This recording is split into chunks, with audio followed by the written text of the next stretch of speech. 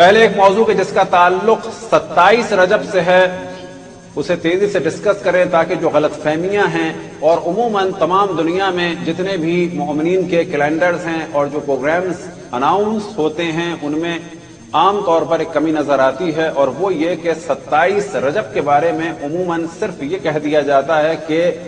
شب معراج۔ تو یہ ذہن میں رہے کہ 27 رجب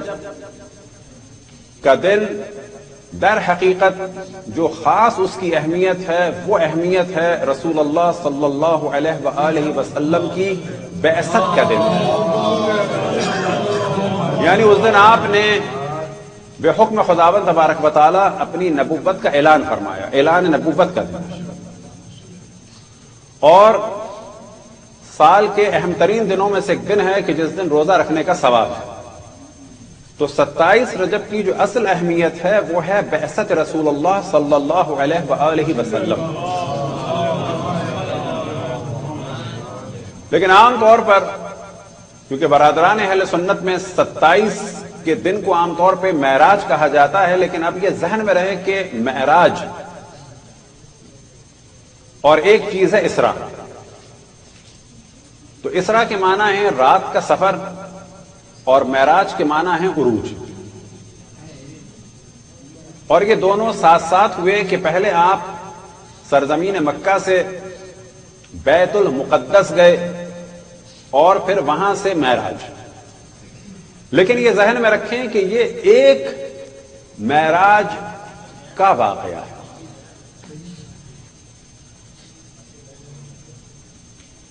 بس معراج کتنی دفعہ ہوئی اشرف الانبیاء حضرت محمد مصطفیٰ صلی اللہ علیہ وآلہ وسلم کو؟ تو کم سے کم 2 دفعہ،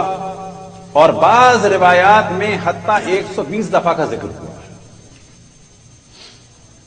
اب ڈسکس یہ کیا جاتا ہے وہ معراج کہ جو اشرف الانبیاء کی معجزے کے طور پہ تھی، اور آپ نے واپس آ کے مکے والوں کو بتایا کہ اس وقت قافلے کہاں ہیں اور میں بیت المقدس تک گیا تھا، وہ معراج کب ہوئی؟ تو اس معراج کے بارے میں جو تاریخیں بیان ہوئی ہیں خود کتب اہل تشیع میں اور کتب اہل سنت میں، تو اہل سنت میں بھی فقط 27 کی ایک تاریخ نہیں ہے، ان کے 2 ربیع الاول کی بھی ہے، 17 رمضان کی بھی ہے، اور رجب کی بھی ہے،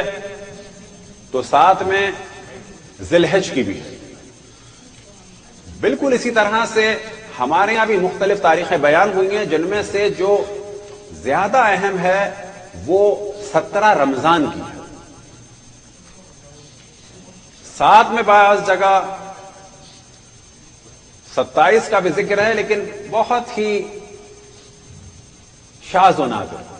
لیکن 27 کی جو اصل اہمیت ہے جو ہم نے پہلے توجہ دلائی وہ ہے اعلان نبوت رسول اللہ صلی اللہ علیہ وآلہ وسلم۔ اب یہ ذہن میں رہے کہ اہل سنت میں جو جشن منانے والے افراد ہیں، حضرات ہیں، وہ تو 27 کو مناتے ہیں، لیکن سلفیوں اور وہابیوں کی جانب سے بہت شدید ریزسٹنس ہوتی ہے کہ اصلاً جشن ہی نہ منایا جائے۔ اب یہ بات اور ہے کہ اشرف الانبیاء کی معراج کی اہمیت کو بھی مخالفین نے کم کر دیا، اس کو روحانی معراج کہہ کر اور خواب کہہ کر، جبکہ اہل بیت علیہم السلام سے اور قرآن کی جانب اگر توجہ کی جائے جو نتیجہ نکلتا ہے کہ اشرف الانبیاء حضرت محمد مصطفیٰ صلی اللہ علیہ وآلہ وسلم کی جو معراج تھی وہ معراج جسمانی تھی، وہ اپنے جسم کے ساتھ گئے تھے، نہ کہ فقط روح کے ساتھ۔ اب یہ جو روایت ہے کہ خواب میں معراج ہوئی، یہ معاویہ سے نقل ہوئی تفسیر طبری میں، اور یہ جو روایت ہے کہ وہ روحانی طور پر معراج پہ گئے وہ جناب عائشہ سے نقل ہوئی، وہ بھی تاریخ تفسیر طبری میں۔ لیکن اہل بیت علیہم السلام نے ہمیشہ ریزسٹنس کیا اور اس جانب توجہ دلائی کہ یہ معراج جسمانی تھی، اور آپ اپنے اس جسم اطہر کے ساتھ جو ہے وہ معراج پر گئے تھے۔ تو اس جانب توجہ رہے کہ معراج ہوئی، جسمانی ہوئی، ایک نہیں ہوئی، ایک سے زیادہ ہوئی، لیکن 27 رجب جو ہے اس کی خاص اہمیت ہے اشرف الانبیاء کے اعلان نبوت سے۔ خداوند تبارک و تعالی ہم سب کو اپنی اپنے رسول اپنی حجتوں خصوصاً امام زمان علیہ السلام کی معرفت اور اطاعت کی توفیق عطا فرمائے۔ برحمتك يا أرحم الراحمين وصلى الله على محمد وآله الطاهرين